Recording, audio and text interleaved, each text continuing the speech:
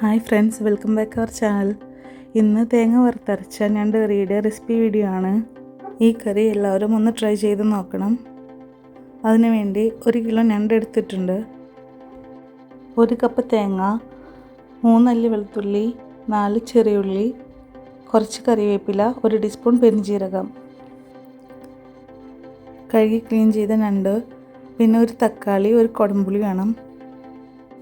തേങ്ങ വറുക്കുമ്പോൾ ചേർക്കുന്ന മസാലപ്പൊടികളാണിത്. 1/2 ടീസ്പൂൺ മഞ്ഞൾപ്പൊടി, 2 ടീസ്പൂൺ മല്ലിപ്പൊടി, 1 ടീസ്പൂൺ കാശ്മീരി മുളക് പൊടി, 1 ടീസ്പൂൺ എരിവുള്ള മുളക് പൊടി. ഫ്ലെയിം ഓൺ ചെയ്ത് ഒരു പാൻ അടുപ്പത്തേക്ക് വെച്ചിട്ട് ഇൻഗ്രീഡിയൻസ് എല്ലാം വറുത്തെടുക്കാം. തേങ്ങ വറുക്കുമ്പോഴെപ്പോഴും ഫ്ലെയിം കുറച്ച് വെച്ചിട്ട് വറുത്തെടുക്കാം. എല്ലാമെന്നെങ്കിൽ ഹൈ ഫ്ലെയിം ആയി കഴിഞ്ഞാൽ പെട്ടെന്ന് കരിഞ്ഞു പോകും.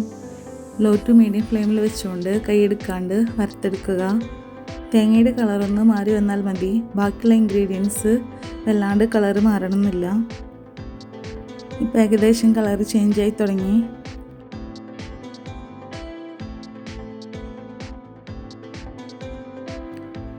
ഇനി ഫ്ലെയിം കുറച്ച് വെച്ച് എടുത്തു വെച്ചിരിക്കുന്ന മസാലപ്പൊടികളെല്ലാം നമുക്ക് ഇതിലേക്ക് ചേർത്ത് കൊടുക്കാം. നിങ്ങളുടെ എരിവിനനുസരിച്ച് മുളക് പൊടിയിൽ മാറ്റം വരുത്താം. ഫ്ലെയിം ലോ ആക്കി വെക്കാൻ മറക്കരുത്, എല്ലാമെന്നുണ്ടെങ്കിൽ പൊടി പെട്ടെന്ന് കരിഞ്ഞു പോകും. ഇനി എല്ലാം കൂടി നന്നായിട്ട് ഇളക്കി യോജിപ്പിച്ചെടുക്കാം.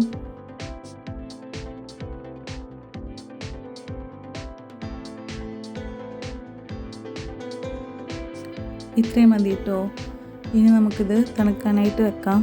തണുത്ത് കഴിഞ്ഞ് കഴിഞ്ഞാൽ ഒരു മിക്സിൻ്റെ ജാറെടുത്ത് അതിലേക്ക് ഈ വറുത്ത് വെച്ചിരിക്കുന്നത് ഇട്ട് കൊടുത്ത് നല്ല പോലെ ഒന്ന് പൊടിച്ചെടുക്കണം. നല്ല ഫൈൻ പൗഡർ പോലെ നമുക്ക് കിട്ടും.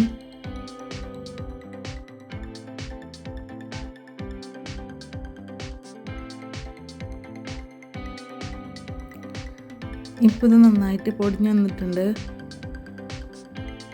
ഇനി ഇതിലേക്ക് പാകത്തിന് നമുക്ക് വെള്ളമൊഴിച്ച് നല്ലപോലെ അരച്ചെടുക്കാം.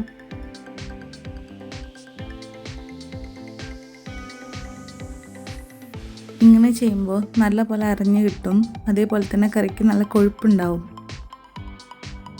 ഇനി ഒരു കലമെടുത്ത് കലത്തിലേക്ക് അരപ്പൊഴിച്ചു കൊടുക്കുക. പിന്നെ നമുക്ക് ആ ജാറ് കഴുകിയിട്ടുള്ള വെള്ളം കൂടി ഒഴിക്കാം.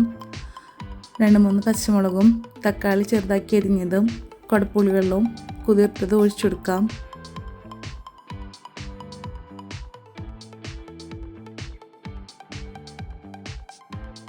പാകത്തിന് ഉപ്പും കൂടി ചേർത്ത് നന്നായി ഇളക്കി യോജിപ്പിക്കുക. അതിനുശേഷം അടുപ്പത്തേക്ക് വെക്കാം.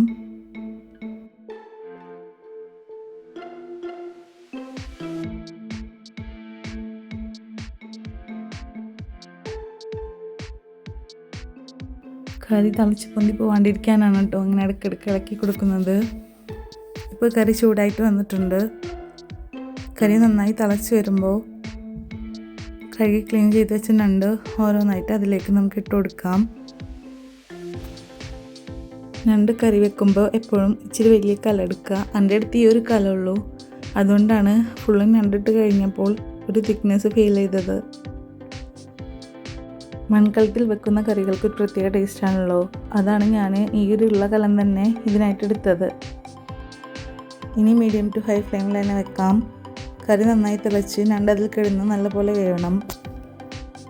കറി നന്നായി തിളച്ച് പകുതിയോളം വറ്റി തുടങ്ങും. ആ ടൈമിൽ നമുക്ക് ഫ്ലെയിം ഓഫ് ചെയ്ത് താളിച്ച് കൊടുക്കാം.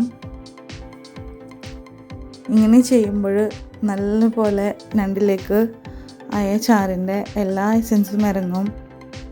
ഇപ്പോൾ കറി പകുതിയോളം വറ്റിയിട്ടുണ്ട്. അതുപോലെ തന്നെ ഞണ്ട് നല്ലപോലെ വെന്തിട്ട് വന്നിട്ടുണ്ട്. ഇനി നമുക്ക് ചട്ടി വെച്ചിട്ട് 2 ടീസ്പൂൺ വെളിച്ചെണ്ണ ഒഴിച്ച് കറിവേപ്പിലയും ചെറിയ ഉള്ളിയും കൂടെ അരിഞ്ഞിതുപോലെ മൂപ്പിച്ചെടുത്ത് നമുക്ക് കറിയിലോട്ട് താളിച്ചു കൊടുക്കാം. ഈ ടൈമിൽ നമുക്ക് കറിയുടെ ഫ്ലെയിം ഓഫ് ചെയ്യാം കേട്ടോ. കലത്തിൻ്റെ ചൂടുകൊണ്ടാണ് അതിങ്ങനെ തിളച്ചുകൊണ്ടിരിക്കുന്നത്. ഇപ്പോഴും ഞാൻ ആ താളിപ്പ് എല്ലായിടത്തും എത്താൻ വേണ്ടിയിട്ട് ചട്ടകം വെച്ച് ഇങ്ങനെ ഒന്ന് എല്ലാ സൈഡിലോട്ടും ആക്കി കൊടുക്കുകയാണ്. അങ്ങനെ സ്വാദിഷ്ടമായിട്ടുള്ള ഞണ്ട് കറി റെഡിയായി. എല്ലാവരും ഈ കറി ഒന്ന് ട്രൈ ചെയ്ത് നോക്കണം. ചോറ് കഴിക്കാനായിട്ട് ഏറ്റവും ഒരു കറി മതി. നല്ല ടേസ്റ്റാണ്. എരിവും പുളിയും എല്ലാം കൂടി അടങ്ങിയിട്ടുള്ള നല്ലൊരു കറിയാണ്. അപ്പോൾ എല്ലാവരും ഇതൊന്ന് ട്രൈ ചെയ്ത് നോക്കിയിട്ട് ഫീഡ്ബാക്ക് തന്നെ അറിയിക്കണം. ചോറിൻ്റെ കൂടെ നമുക്ക് ഇതുപോലെ ഒന്ന് സെർവ് ചെയ്ത് കഴിച്ച് നോക്കും. നല്ല കൊഴുപ്പോട് കൂടിയിട്ടുള്ള ചാറാണ്. ആ നണ്ടിലോട്ട് ഇത് നല്ലപോലെ ഇതിൻ്റെ മസാലകളെല്ലാം പിടിച്ചിട്ടിട്ടുണ്ട്. ഈ വീഡിയോ ഇഷ്ടമായെങ്കിൽ ഒന്ന് ലൈക്ക് ചെയ്യുക, ഷെയർ ചെയ്യുക, ചാനൽ സബ്സ്ക്രൈബ് ചെയ്യാത്തവരുണ്ടെങ്കിൽ സബ്സ്ക്രൈബ് ചെയ്യുക, കമൻറ്റ് ചെയ്യുക. അപ്പോൾ അടുത്ത നല്ലൊരു വീഡിയോ ആയിട്ട് കാണും വരെ ബൈ.